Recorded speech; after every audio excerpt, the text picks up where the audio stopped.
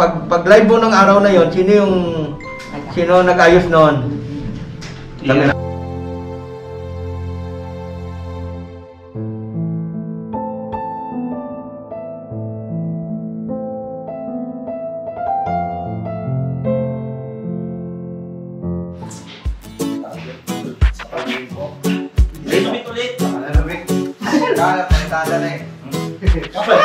Kapal naman ang buhok mo ulit mo.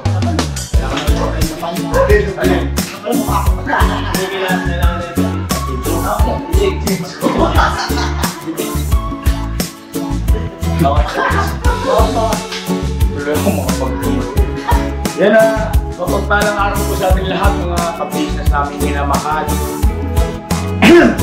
Po, ngayon sabi ko may nagtatako po. Punta na muna kayo baka biyaya yan. Right. So pasensya na po mga ka-business at tawag sa pati. Ayun po mapagpalang araw sa ating lahat. Kumusta po kayo? At sana po lahat tayo ay nasa maayos at mabuting kalagayan. Siyempre, nasa atin palagi yung paggabay ng ating mahal na Panginoon.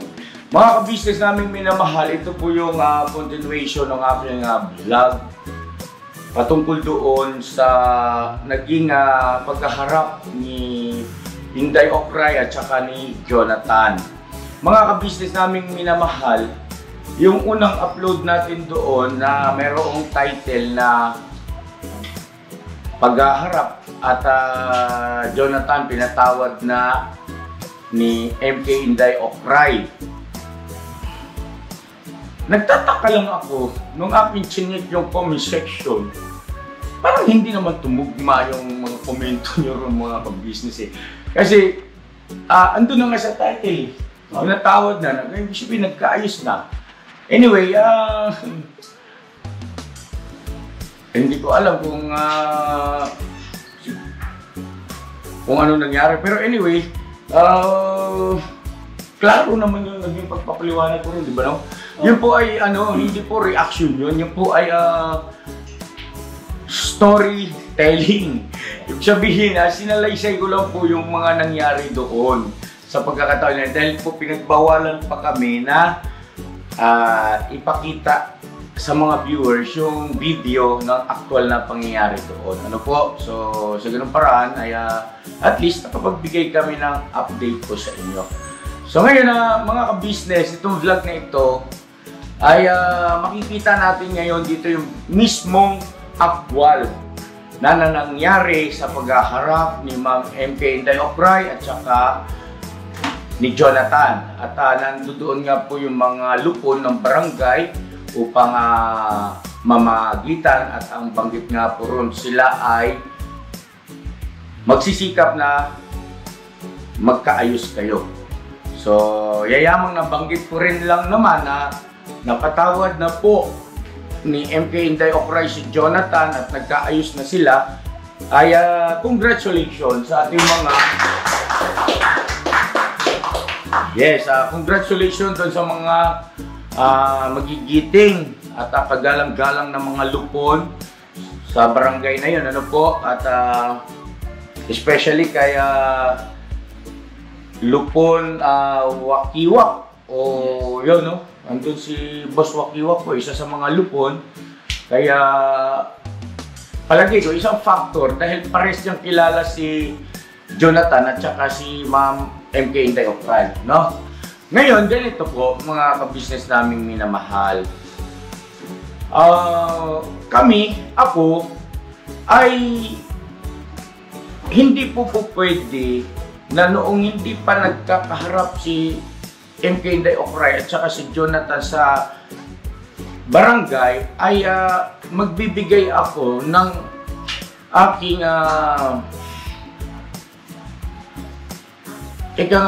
kung saan ako papabor, no?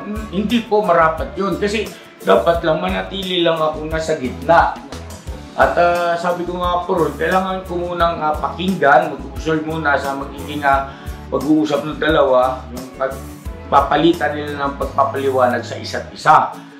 So, ibig ko pong sabihin mga ka-business ay totoo naman talaga na wala naman talagang tulak kabigin at wala naman ako dapat talagang panigan dahil sa ang hirap ng sitwasyon ko na yun dahil alam niyo naman na mahal namin sila Jonathan at saka si Nanay Marita dahil yan ay tinutulungan namin at naging parte yan ng ka-business family. At hanggang ngayon, nagtuloy-tuloy naman po sa abot ng aming makakaya yung pagpapaabot natin ng tulong at pagmamahal para sa mag-ina. At andun din yung katotohanan na si Ma'am MK Inday Ocray ay reaktor ng ka-business official. Ano po? At syempre, mga ka-business, hindi naman marapat na sabihin ko kay Ma'am MK Inday Ocray, Ma'am, tigil mo na yan. Huwag na yan. Bakit? Kasi po, wala ako doon sa posisyon niya at hindi ko nararamdaman yung nararamdaman niya. Di po ba? So pagka ginawa ko yun, mangyayari ay pwede niya akong pagbigyan o hindi naman kaya ay hindi. Halimbawa, ako ay kanyang pinagbigyan. Tanong, sasapat ba yun para maabsuelto si Jonathan sa isipan at sa paningin ng mga viewers? Di ba? Hindi po Kasi hindi sila nagkapalitan o nagkaharap at nagkapaliwanagan. Mas mainam po yung ganon, mga ka-business. At hindi mabuti na pinatawad niya si Jonathan ay dahil sa aking pakiusap. Kumbaga dahil sa influensya ko. Kumbaga, lalabas pa roon na hindi genuine yung pagpapatawad ni Ma'am MK Inday Ocray dahil sa nangialam ako. So, talagang sinikap ko po na hindi ako nagsasalita kay Ma'am MK Inday Ocray ng mga ganong bagay na, Ma'am, pagpasensyahan niyo na si Jonathan kasi ganito, ganyan. At saka isa pa, mayroon naman due process po due process of law. Ano po? At bawat isang mamamayang Pilipino ay nasasaklaw ng mga batas na umiiral, no? Mga ka-business naming minamahal at saka nobody is above the law, mga ka-business. Ayaw ko naman pong sagtaan yun at hindi maibibigay parehas kay Jonathan saka kay Ma'am MK Inday Ocray yung kanilang inaasam, no? Unahin si Jonathan na siya'y mapatawad ng totoo. At si Ma'am MK Inday Ocray naman ay malaman niya yung totoo, no? So, pinakamainam ganun. So, ngayon ganito po, mga ka-business, pakiusap, bago tayo sana mag-komento, ay tiyakin muna natin na naunawaan, naintindihan natin yung vlog at natapos natin. Kasi po, kung halimbawa, sa unang saltada pa lang ng pagpapalabas ng video ay babanat ka na kaagad ng iyong komento dahil yun ang iyong nararamdaman. Anyway, yan ay karapatan mo. Pero, isang bagay ang katotohanan nun, malilihis ka. Maaari hindi tutugma yung iyong sasabihin, andyan yung makakapagsalita ka ng hindi mabuti laban sa akin, andyan yung sisisihin mo ako, paparatangan mo ako ng kung ano-anong bagay na makakasama naman sa akin. Ano po? Ibig sabihin ay hinusgahan nyo na agad ako o kung sino mang tinutukoy o kabilang kasama doon sa vlog. Ano po? Excited sila Jonathan, sila MK Inday Ocray. Ngayon, ganito tanong, mga ka-business.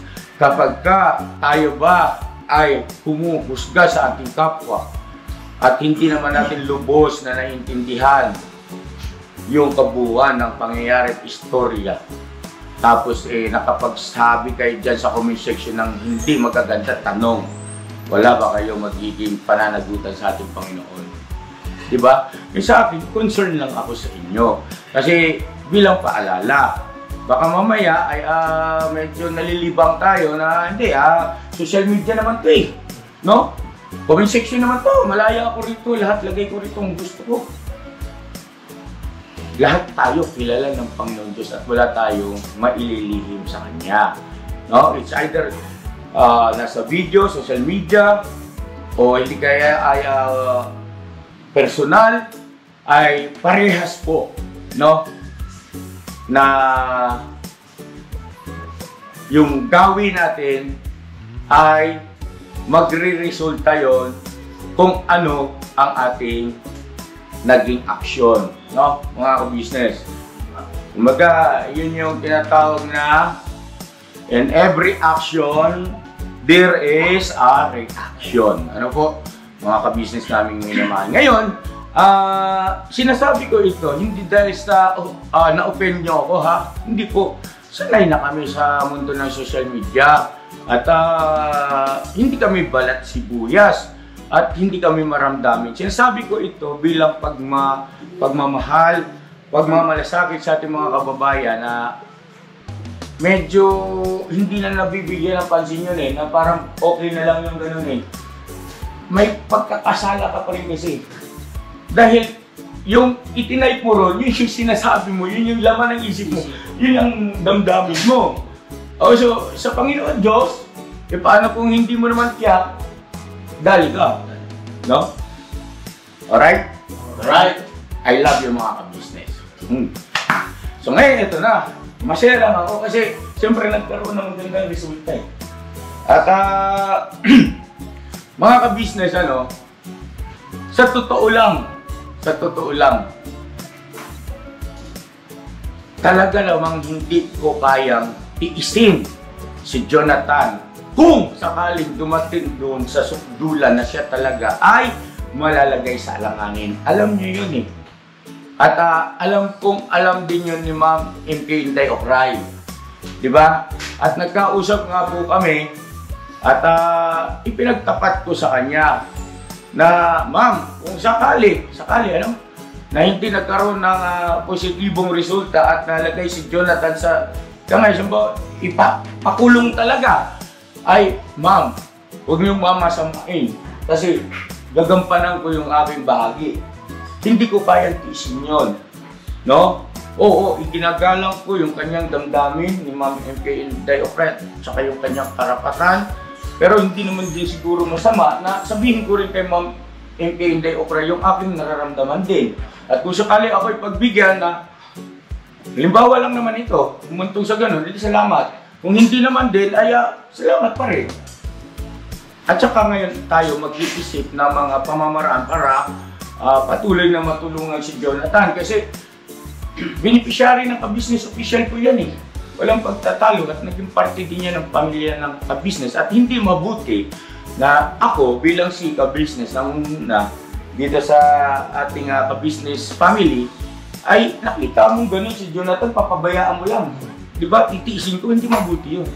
Wala akong kwenta pagka ganun, mga ka-business. At maaaring ganun din ang magiging perception ng Ma'am MK Inday Ocray sa akin, no? Hindi man siya magsalita, diba? Wala man ako ni Buniha, bayaan lang ni ka-business, ipakulong ko yung Jonathan, no? Diba? Ano magiging tingin sa akin ni Ma'am MK Inday Ocray? Lak-lak eh, diba? Lak-play, no?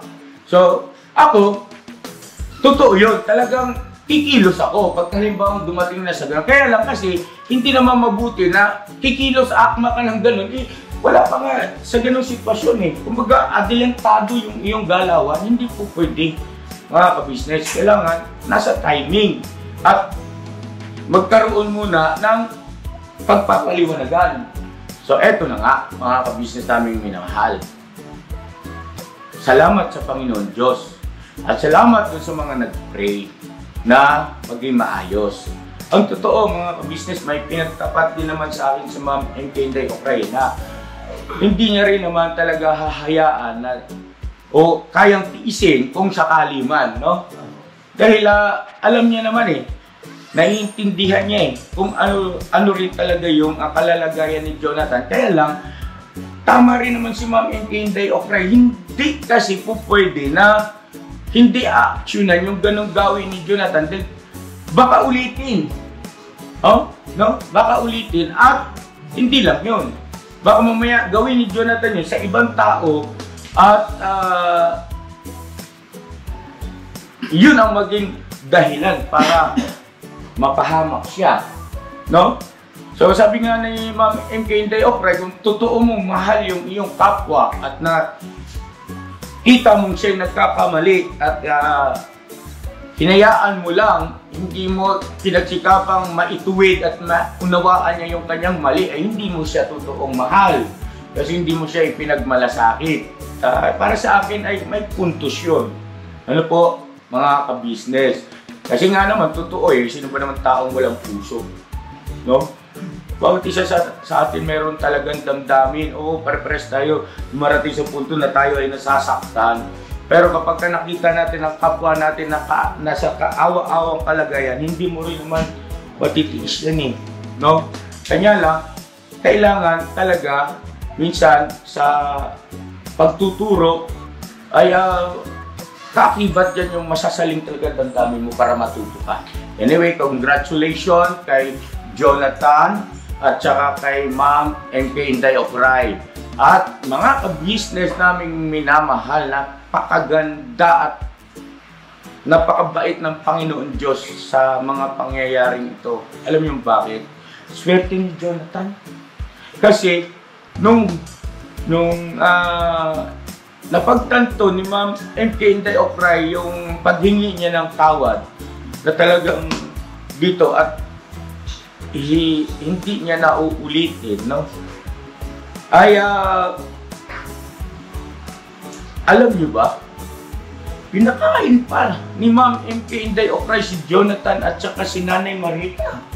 Totoo yan mga ka-business. Kasi, di ba nagpaalam ako ng maaga kasi meron akong gampanin sa church. So, ayun, at alam niya ni Ate Jenny. Kasi kasama rin sa Ate Jenny na libre din. Tayo, no? Oh. Pero anyway, yun, no? Isang katunayan na walang ibang masamang layunin si Ma'am MK Inday Ocray, kundi ay andun pa rin yung katotohanan na ituwid lang, no? Si Jonathan at ipagmalasakit. Kanya lang, nasa mundo tayo ng social media, talagang ang isipan ng mga taong nakakapanood ay hindi pare-parehas at talagang malilikot ang isipan, no? At ganun talaga accept natin yan. At kung sakali merong makinig sa ating pagpapaalala, salamat. Kung wala naman din wala rin namang mawala sa amin Di ba, no? Mga ka-business namin minamahal. So ngayon, ito ang swerte ni Jonathan. Ang daming biyayang nag-aabang riyan. Kasi si Ma'am MK Inday Ocray, nasa Japan yun Oo, at saka stable yun doon, mga ka-business. Sabihin ko na ba? Yung mga ka-business, basta ito kung sakali mapanood mo ito, Jo, napakapalat mo, Jo. Kasi, ang nangyari kasi napaamo niya si Ma'am MK Inday Ocray Dahil sa, siyempre, o ikaw rin naman sa katauhan ni Ma'am MK Inday Ocray na tiyak mo na, no? Nakuha mo na yung bukal o tao sa pusong paghingi ng tawad at andun yung katotohanan na ipaintindi mo kay Jonathan na o na-realize na yung kanyang pagkakamali, ano pa nga ba? No? So, natuwa ngayon si Ma'am MK Inday Ocray at baka si Jonathan daling sa Japan. Uy! Wow! Wow!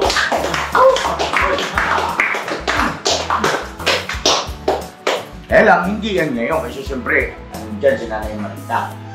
At kailangan pa si Jonathan. At hindi lang yun,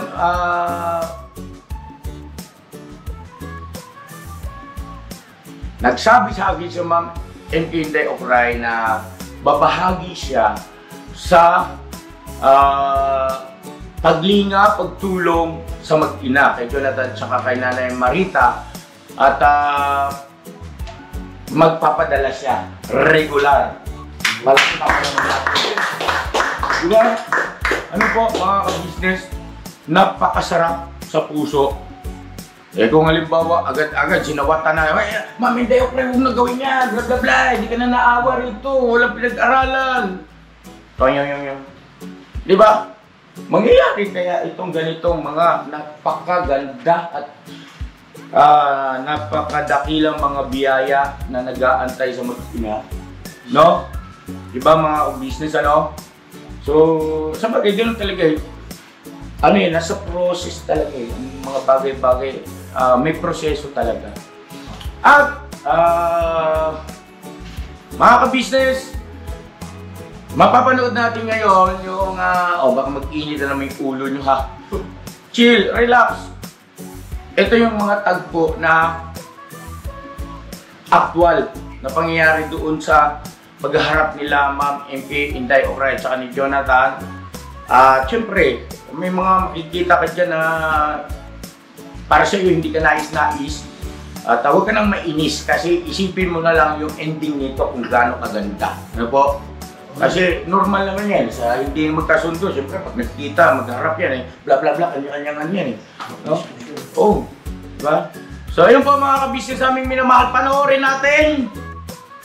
At mga kabisnes, please, kung maaari sana pag-ibig, pang-unawa, pagmamalasakit, kairali natin sa ating mga puso at buong pagkatao. Ano po? At lagi nating iwasan yung mag-jump into conclusion as long as hindi pa naman final o tapos yung istorya. No?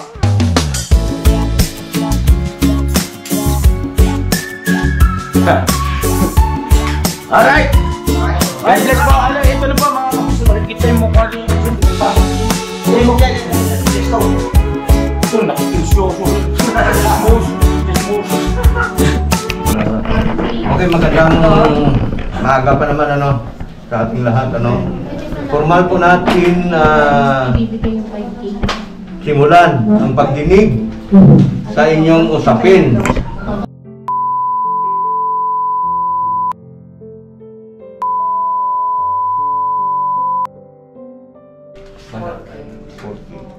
Tapos na-receive niya na ito pong inyong mga sumon, ano, na-receive na ito sa kanila. Dapat nabigyan sila bawat isa. Papapirmahan lang natin sa kanila. Pirma na po sa bawat ng mga nito. Ikaw na mga pangalan yung ano. Papapirma lang. So, nung nakaraang araw, dapat masarap kayo, tama ba? Kaya lang ikaw ay Jonathan, hindi dumalo, hindi dumating. No? So, nireset natin at ngayon, ito ng pagkakataon para magharap kayong dalawa para maayos natin yung mga problema ko naman. Kami dito sa barangay, isikapin namin na mapag-ayos kayong dalawa. No? Subalit, sa kabila ng lahat, kung walang pagkakasundo, kami ay magbibigay ng certification to file action o kaya safety. Lahat po. Lahat po. Sa ibabaw po ng menu. Yung complainant, yun yung... Pakibuklat lang po. Ayan. Yung complainant, bibigyan po natin ng safety yan. No? Kung anong magiging gawin niya o anong dapat niyang gawin, bahala siya. No? Ikaw naman, Jonathan, ay may karapatan ka rin ay pagtanggol yung iyong sarili. So ngayon, ang binibigyan lang namin ng karapatan para magsalita dito, kayo po, Ma'am Dolores, at saka ikaw, Jonathan. Yung unang magsasalita ng kanyang reklamo si Ma'am Dolores. Kung ano man ang narinig mo, kung anong version mayroon ka, antayin mo yung time mo para ikaw din ay magsalita. Tatanungin ka rin namin mamaya, ano? So para hindi magulo yung ating pag-uusap, ano? So Ma'am Lourdes, Ma'am Dolores, kayo po yung nagsampa ng paninirang puri kay Jonathan. Yes po. Okay. So, maaari niyo po bang isalaysay kung kailan po ito nagsimula at kung kailan po ito nangyari? Kasi amoy po ako, siguro mga mag 1 month ago na yata yan. Pag hindi ko po tinignan kasi yung download ko, hindi ko makikita, pero hindi ko kasi dala lahat ng form eh. Opo. Yung form na sinabit ko sa cybercrime. So hindi ko po dala. Kaya, pero ano na po dun lahat yun kung isang buwan na o ano malalaman naman po. Sa ngayon ko po siya masasagot. Pero sa tansya mo, mga may 1 buwan o 2 buwan na pong nangripas? Wala pa po siyang 2 buwan, pero I think 1 month siguro Okay. meron. Pero linawin lang natin na nagsampa po kayo ng reklamo noong October, tama ba ito? October 1? No, October 1. Opo. So, paano ko ba, ano ba bang nangyari? Ano bang ginawa niya? Ano bang sinabi niya Kasi doon sa po, social media? Ang sinasabi niya, nagulat na lang ako kasi gumawa siya ng video niya na sinabi ko raw sa kanya na mabaho niya. Okay. So may mga vlog siya, may mga video siya na siya mismo, kasi di ba bilang reactor, bumabase kami sa video ni Sir Ka-Business. So, sandali lang po, ma-interrupt lang kita, ano? Ikaw ay reactor Yes, doon po. sa YouTube channel mo. Bali, ikaw po yung reactor ni Ka-Business, tama Yes, ba? po. O, sige po, tuloy po. Tapos po, syempre bilang reactor, ako naman, kahit naman saan kami makarating, meron din akong, kasi mostly puro live ako, dati video. So, kaya kong panghawakan lahat ng nili-action ko. Hindi para magpaka-plastic, dahil sinabi ko rin sa live sa lahat na ako, iisa lang ugali ko, mapa-live, mapa-personal. So ako, hindi ako gagawa ng mga bagay-bagay na hindi ko kayang harapin. Okay. So, nagulat na lang ako sa kanya, pinagmumura niya ako, in-underestimate niya yung pagkababae ko, yung pati yung sa asawa ko, na kesyo, alam mo yun, kung ano yung mga pinagsasabi. Sandali lang po. Linawin natin ha, yung mga binabanggit niyong salita. Okay. Yung pagkababae mo, niyurata niya, tama ba? Opo. Paano niya sinabi? Yun na, Pwede. Kasi ako, nagtitrigger po ako, sir. Ah. Dala ko po ang certificate na ipasa ko na rin po sa cyber na meron po akong, na-depress po ako ng time na yun. So, na-depress ka dahil doon sa ginawa niya? Yes po. Linawin ko lang, Opo. para maisulat po natin dito, Opo. no? Ano po ba ang pinakamabigat na salita na binitawan niya? Para Kasi sa'yo? po, ang sabi niya nung una, kung hindi daw ako nagpunta sa Amerika, ay hindi daw dadami yung nagpunta raw ako sa Amerika para magparami ng lalaki. Okay. So, hindi daw ako yayaman kung hindi ako ng lalaki. Hindi dumami yung lalaki ko sa Amerika. Tapos ang sabi niya, ang Pilipino daw, siya daw, ay matigas daw. Anong tigas? Hindi ko alam kung ang siguro yung, so about sa pag eto na, huwag na tayo magpaka-plastic, real talk na tayo dito. Okay, sige. Diba? Total, wala namang mga ano dito, adults tayo lahat eh. Sige. So, ang sinabi niya, ang Pilipino daw ay matigas. Mm. Yung sa asawa ko daw malambot. So lahat yun nakatranslate yun sa asawa ko. Mas ginusto ko pang hindi sumama asawa ko. Dahil pag sumama ang asawa ko, kahit na gumastos ang asawa ko ng ano, hindi mo alam kung ano at sino ang asawa ko para sa gawin mong ganon. No? Tapos ang sabi niya sa akin, yung pagkababae ko daw, ano, brutalan na tayo, Jonathan. Ha? Okay lang, balitin mo. Yung kasi nakita imburnan. Wow. Sinabi niya yun? Yes! Okay. Tapos sabi niya, matanda na ako, hindi niya ako Oh.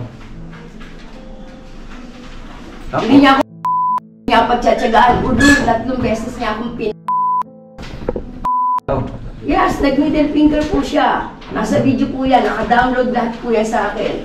May copy na rin po yan sa cybercrime. Yung, sandali lang po, may tatanong na ako. Ito bang sinasabi mo, in-upload niya ito sa YouTube? Video niya po. Sa video? At nakita po ng cybercrime na hanggang ngayon hindi po nakabura yun. Okay. Ibig sabihin, hindi niya binura? Hindi po. Ganito po, pakat muna kasi, baka mamaya kasi Tama, yung mga salita na ganyan, i-edit natin yan. Tanggalin natin yan. May tutok naman yan eh. Kaya ko lang pinapasalita sa'yo para ma-inot dito kasi naisusulat dito. Pero hindi naman ibig sabihin kasama dito sa pana. Okay. So, yun ang nag-trigger sa'yo kaya sobrang galit mo at nalaman po nung asawa mo na panood niya yung video na yun. Yun. Tapos pinatranslate niya sa akin sa Japanese language kung ano ibig sabihin. So bakit kailangan ko magsinungaling, sabihin ko yung totoo. So na-trigger na po ako doon, nagwawala na po ako sa bahay. Dahil sa kalagayan ko, hindi naman po ako yung basta-basta pwedeng lumipad. Para, ang gusto ko na nga lang mangyari noon, magpapagawa kami ng sulat. Sa akin lang bilang opinion ko before, na total, nabash na ako. Okay. Na, alam niyo naman ang basya social media. Okay, sandali mama. Okay na. Tatanungin ko muna siya mamaya. Tanungin kita kung ano magiging opinion mo. Ha? Okay po. Okay lang, okay lang. Siya muna. Para mayroon din siyang portion na para hindi tayo magiging bias. Jonathan. Bakit po? Jonathan. Bakit po? Ha? Ano po yun? Ayun, ayusin mo ha. Kung sasagot mo. Galit ka sa akin? Hindi po. Okay. Narinig mo ang sinabi sa iyo ni Torres. Opo. Nabanggit mo ba yun at sabi mo yun? Yung mga salita na yun? Opo. Nasabi ko po. Akin ba yun? Okay. Akin po na lang. Sandali lang. Nasabi mo yun at nabanggit mo doon sa YouTube mo? Opo, nasabi ko po yun. Lahat ng sinabi niya? Opo. Okay. Tanungin kita, bakit mo sinabi yun? Bakit Bakit? ganun ka brutal ang mga salita na binanggit mo at sinabi mo? Kasi na-insulto po ko sa sinabi niya. Nakatatlong tira na po siya sa akin. Teka lang, anong na-insulto? Anong katatlong tira? Yung una po sabi sa akin, may saltik daw ako. Tapos yung pangalawa, bali apat na po tira niya. Yung isa po nakalimutan ko na. Tapos yung Sandali lang ha, yung una, may saltik po ako. pangalawa, ano? Nakalimutan ko na po yung pangalawa eh. Pero may sinabi ko sa akin masama yan. Ano yun? Yung pangalawa. Parang magulo raw akong pag-iisip ko raw. Tsaka hindi daw matinda yung ugali ko. Oh. Ano daw, saan daw ako pupunta. Kung saan ako lugar. Oh. Nilipat daw kaming upahan. Hindi mo niya alam kung pangyayari. Kasi wala man ang una masyado sa bahay po namin. Bakit niya nasasabi niya po yun. Tapos yung pangalawa po, ay yung pangalawa po yun, yung ito po, yung pang-apat, sabi niya, mabaho po, mabaho po din bunganga ko. Yun po sinabi niya. Oh. Hindi ko lang po siya pinapatulan, kinukontrol ko lang sa mabaw yung damdamin ko eh. Ma'am, relax lang po. Relax ka lang po, ma'am. Kontrolin mo yung sarili mo. Nasa harapan Kanina po po. kayo ng phone. Bawal po yan. Kanina po, binayaan po namin Pinabayaan kayo na namin magsalita. magsalita. Ito po ay version niya. Kung ano man yung lahat ng sasabihin niya, siyempre walang tao na ipagkanulo niya sarili niya eh. Pagtanggol niya yung sarili niya sa anumang paraan. Pero hindi naman ibig sabihin noon, tama siya. No? Ngayon, Jonathan, tanungin kita ulit. Sa tingin mo, sapat na ba yung narinig mo doon sa kanya para magsalita ka ng ganun sa kanya na mabigat na mga pananalita? Kasi below the belt na yung mga pinagbabanggit mo eh. Doon sa kanya eh, yung ganti mo sa kanya eh. Tama ba yun sa tingin mo? Hindi naman po mali naman po talaga yun. Nagsiyap ako po yun, nabigalan po ako siya kayo. Hindi ko naman po gagawin kasi nabigalan po ako eh. Kasi yung, pag di po ako yan, hindi mo po ako eh. Yung aso nga po, pag hindi mo yan, hindi mangangagat eh. Tao pa kaya pag di mo yan, hindi rin kakagat. Nananayimik yung aso, pag inano mo, kagating ka. Parang sa tao lang po yun. Sandali ha, huwag natin sama dito yung aso. No? Ang tanong ko lang sa'yo, direkta. Sa tingin mo, sapat ba yung narinig mo sa kanya para magsalita ka ng ganun ka-brutal, ganun kasama ng mga pananalita? Hindi naman po tama. Pinagsisisi na po ako dun. Pinagsisisihan mo yon. Opo. Hindi nga po ako matahimik kasi nasa isip ko pa yung sinabi ko eh. Hindi po ako matahimik. Paano hindi ka matahimik? Hindi po ako mapakali sa amin eh. Sa Paano bahay hindi po. ka mapakali? So sinabi ko po sa kanya po. Kaya po, kung magkikita lang po kami, Oh. tingin, luluin na lang po ako sa kanya. Sa mama ko na lang po, kuya. Ano? Sa mama ko na lang po. Kawawa kong mama ko pag ganun.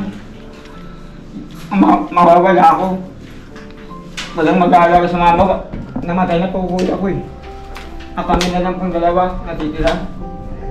Yung di po stroke mama ko, mahal po ko niya. Pati yung na-stroke, mahal po ko niya. Luluod na lang po ko sa kanya. Aligaw ko lang ang bahay niya. Jonathan, Ano po gagawin mo sa kanya? ikaw ba bukal sa kalooban nung paghingi ng Opo. tawad? Luluod. Ayos lang po pa niya.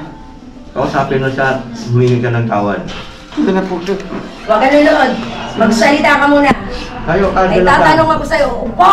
Ito na po siya. May tatanong siya sa'yo. Alam mo, Jonathan, ako may natitirang awa. Ha? Huwag mo ito naging ate. Ito po siya. Hindi kita kapatid. May natitira pa akong awa. So ngayon, kung gusto mong hindi ko i-file to, Ito po siya. kung gusto mong itigil ko to, ihinto ko to, Ito siya. aminin mo sa akin, Ayun. bakit ka nagsalita? Nabigla lang po. Hindi ka makakapagsalita, Jonathan, kilala kita. Aminin mo yung totoo para ikaw ay abserto dito sa kaso na to. Aminin mo. Dahil hindi kita titatantanan kahit sabihin mo na saan ka magtago. Hindi kita tatantanan. So mas magandang umamin ka sa akin. Sino ang taong nasa, kung meron man taong nagturo sa'yo o ano, mas magandang aminin mo sa harapan ko para hindi ka usali sa kaso. Tatanggalin ko yung kaso sa'yo, ayan, kaharap sila. Alam mo ba yung nangyari sa aking depresyon? Na 3 araw akong hindi nakatulog. Ito siya. Na marami akong binasag na gamit sa bahay namin dahil sa depression ko. Sa Japan, hindi uso yung bayaran. Mag-under the table ka para bigyan ka ng certificate. Para mapatunayan lang na may sakit ka o wala kang sakit. Alam mo ba yon? Tapos yung paawa mo for the views. Sabihin mo, hindi mo pwedeng burahin yung ano. Sinasabi mo sa vlog mo, yung video. Ha? Dahil sa para ma-monetize ka? So, sino yung gumagamit? Na para for the views? Ako kakain ako. Nagla-live ako, nag-YouTube ako. Ha? Dahil libangan ko. Kung ako masamang tao, palihim, nagbibigay ako ng tulong sa nanay mo, sa inyo, na hindi na kailangan i-broadcast pa sa business. Alam mo yon? Na kahit ano yung bilat sa akin ng mga basher dahil sa palabas mo, tanggapin ko, ganon. So, umamin ka sa akin ngayon. Bibigyan kita ng isang pagkakataon. Kilala kita. Alam mo yung pagsasalitang saltek? Ha? Inaamin ko sa live ko yan. Lahat ng tao may saltek. Ang ibig sabihin ng saltek, hindi ko sinabing abnormal ka. Kung nakakabasa ka at hindi naman ikaw yung gumawa ng account mo, so sana fair. Lahat ng nandun, sana tinatanong mo kung ano nakalagay. Ang taong may sira sa utak, hindi nakakaisip ng kung ano-ano na, ay gagamitin ko yung nanay ko, dadalhin ko doon para maawa na lang si ano. Hindi ka makakapag-isip ng gano'n. Ang sabi ko nga sa live ko, di ba? Hindi ka sira ulo. Matalino ka. Sana inintindi mo yung video ko. At ang sinabi ko, hindi ka ba nahihiya niyan dahil pinagsasabihan ka ni Sir, dahil beneficiary ka niya. Na ang sabi niya, maligo ka. So doon kami bumabase. Yung sinabi niya na, ayan na si Ma'am Jenny, di ba? Siya nagsabi kay Sir Ka Business nung gabi. Sabi ni Sir, hindi niya gusto sabihin sa'yo na para sa'yo lang. Ang sabi niya na, sa totoo lang, hilong-hilo na sila dahil ang lakas ng backdoor mo. So narinig mo ba yun sa reaction ko? Sandali lang po, ma'am. So umamin ka lang, yun ang gusto ko. Okay lang ha, okay. Jonathan, naintindihan ko kung anong ibig niya sabihin. Ang sinasabi ni Ma'am Dolores ay kung sino yung nasa likod nito na nagturo sa'yo para gawin yon.